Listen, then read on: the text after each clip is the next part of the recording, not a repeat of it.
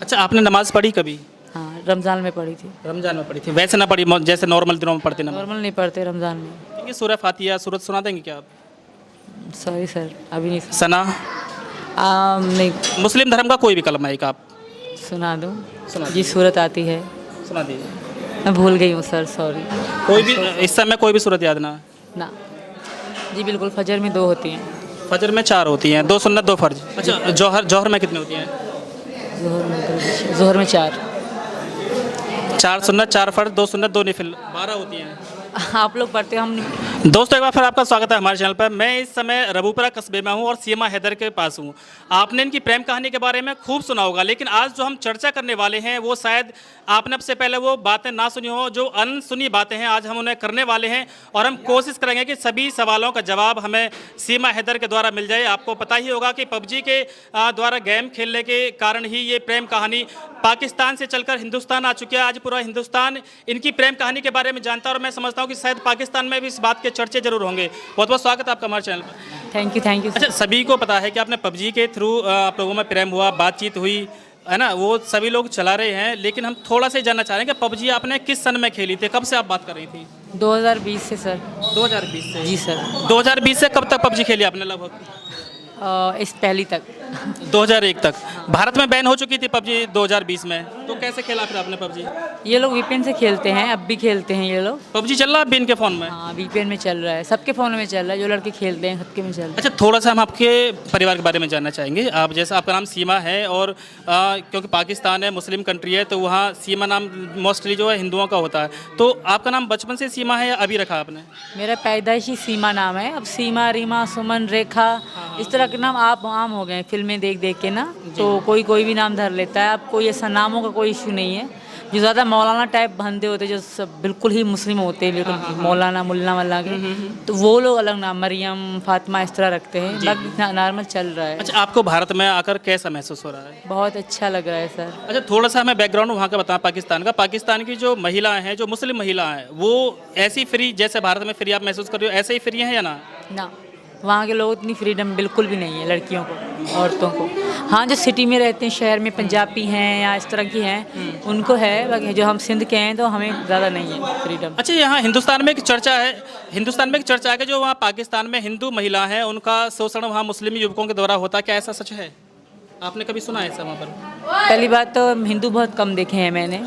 अच्छा। और त्यौहार तो हिंदुओं के बिल्कुल नहीं देखे थे। जब इनसे बात हुई तो एक हिंदू दोस्त बनी मेरी वहाँ पे भी, उनके भी रिश्तेदार यहाँ भारत में भी हैं, तो फिर हमारी ऐसे थोड़ा बहुत इंटरेस्ट था मुझे हिंदू धर्म में, तो मैंने पूजा उनके साथ करती थी, या फिर करवा चौथ रखती थी, नवरात्रि मनाते थे तो उनके साथ ही मनाया करते थे। अच्छा, आप कितने भाई बहन हो? हम 4, मतलब भैया 3 बहनें। एक भाई 3 बहन। माता पिता हैं आपके? नहीं, दोनों खत्म। अच्छा, ससुराल में कितने लोग हैं आपके में? मैं बस मेरे अपने पति को ही जानती थी। एक ससुर है और उसका 2 पत्नियां हैं, एक पत्नी में से एक बेटी है, दूसरी में से 1 लड़का है। अच्छा, आपने नमाज़ पढ़ी कभी? हाँ, रमज़ान में पढ़ी थी। रमज़ान में पढ़ी थी, वैसे ना पढ़ी जैसे नॉर्मल दिनों में पढ़ते नमाज़? नॉर्मल नहीं पढ़ते रमज़ान में। अच्छा, अगर आपसे बात करिए थोड़ी सी इस्लाम धर्म के बारे में, तो आप बता पाएंगे सूरह फातिहा सूरत सुना देंगे क्या आप? सॉरी सर, अभी नहीं। सना? नहीं। मतलब अलहम्दो की सूरत, सुबहाना की सूरत, कुल हु अल्लाहु अहद की सूरत, या कोई कलमा कोई सुना देंगे आप? कोई भी कलमा, कोई भी मुस्लिम धर्म का कोई भी कलमा एक आप सुना दूँ? सुना जी सूरत आती है, सुना दीजिए। मैं भूल गई हूँ सर, सॉरी।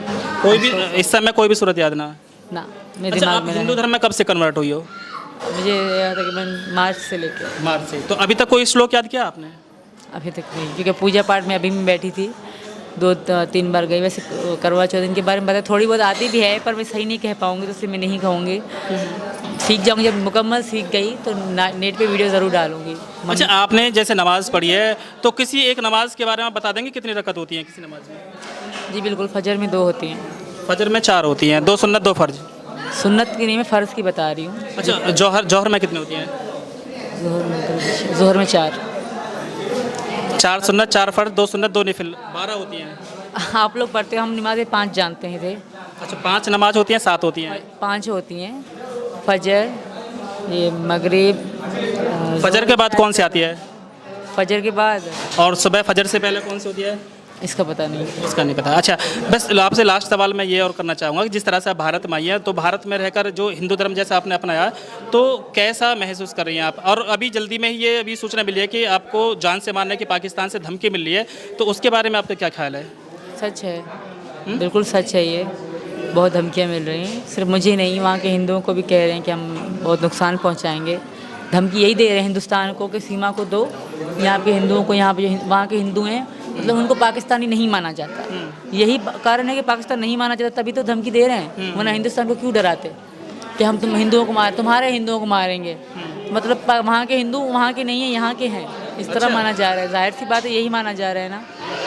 तो अच्छा, थोड़ा सा बस ये और बताया, मैं कल यूपी के पूर्व डीजीपी का बयान आया था कि भाई जिस तरह से आप पाकिस्तान से नेपाल होकर भारत में एंट्री कर चुके हो, तो इस तरह से तो और भी लोग वहाँ पर यहाँ से एंट्री कर सकते, तो हमारे जो देश की सुरक्षा को खतरा भी हो सकता है। इस तरह से आपको कोई मशक्कत करनी पड़ी, कोई मेहनत करनी पड़ी थी आने के लिए? ना, मेहनत तो थोड़ी करनी पड़ी, क्योंकि ये मेरी सपोर्ट साथ थे, बगैर किसी के साथ के कोई भी नहीं आ सकता। अच्छा, लास्ट आपसे ये और मालूम करना चाहूँगा कि जैसे मान लो बाय द वे कभी आपका मामला चल रहा है, आपको वकील की भी ज़रूरत पड़ेगी, और कोर्ट ने बाय द वे कभी ये कह दिया कि भाई आपको पाकिस्तान ही जाना है, तो क्या आप जाएंगे या क्या करेंगे? नहीं जा सकती, बहुत बुरा होगा मेरे साथ, तो मैं यहीं मर मिट जाऊंगी। अभी तो आपको पता ही नहीं, आप देखेंगे न्यूज़ तो पता पड़ जाएगी कौन कौन कैसे गुंडे लोग धमकियाँ दे रहे हैं कि हम इसकी गर्दन काट देंगे, पाकिस्तान में, इंडिया में नहीं रहने देंगे। तो अब सोचे मेरा क्या होगा। तो दोस्तों, ये थी सीमा हैदर जो पाकिस्तान से चलकर भारत आई है, और इन्होंने जो अपनी जो बातें बताई है उनके बारे में आपको मैंने बताने की कोशिश किया। लेकिन आपको बता दूं कि आपने इस इंटरव्यू में सुना होगा कि सीमा हैदर का नाम बचपन से ही सीमा है, और सीमा हैदर को इस्लाम धर्म के ABCD के बारे में भी कोई जानकारी नहीं है।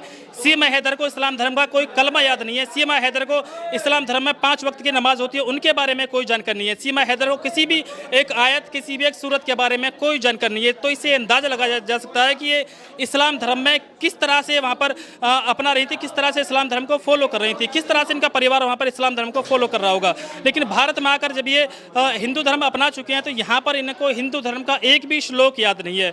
तो इससे अंदाजा लगाया जा सकता है कि इनकी परवरिश कैसे हुई होगी, किस माहौल में ये रही होंगी, किस तरह का इन्होंने अभी तक का जो जीवन है वो बिताया होगा, और क्या ये भारत से अब पाकिस्तान वापस जा सकती हैं। जिस तरह से नेपाल के रास्ते एक सीमा हैदर 4 बच्चों को लेकर हिंदुस्तान में एंट्री कर सकती है, क्या उसी तरह से पाकिस्तान से कोई आतंकवादी हमारे देश में एंट्री नहीं कर सकता? क्या हमारे देश की सुरक्षा को खतरा नहीं है?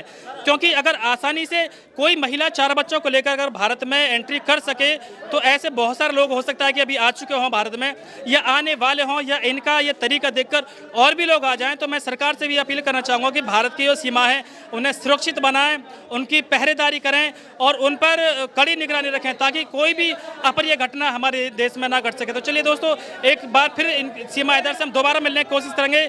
आप इसके बारे में क्या सोचते हैं उसे हमें कमेंट करके जरूर बताएं। हमें अगर आप कमेंट करेंगे तो आपके क्वेश्चनों का जवाब हम लेने की पूरी कोशिश करेंगे सीमा हैदर से।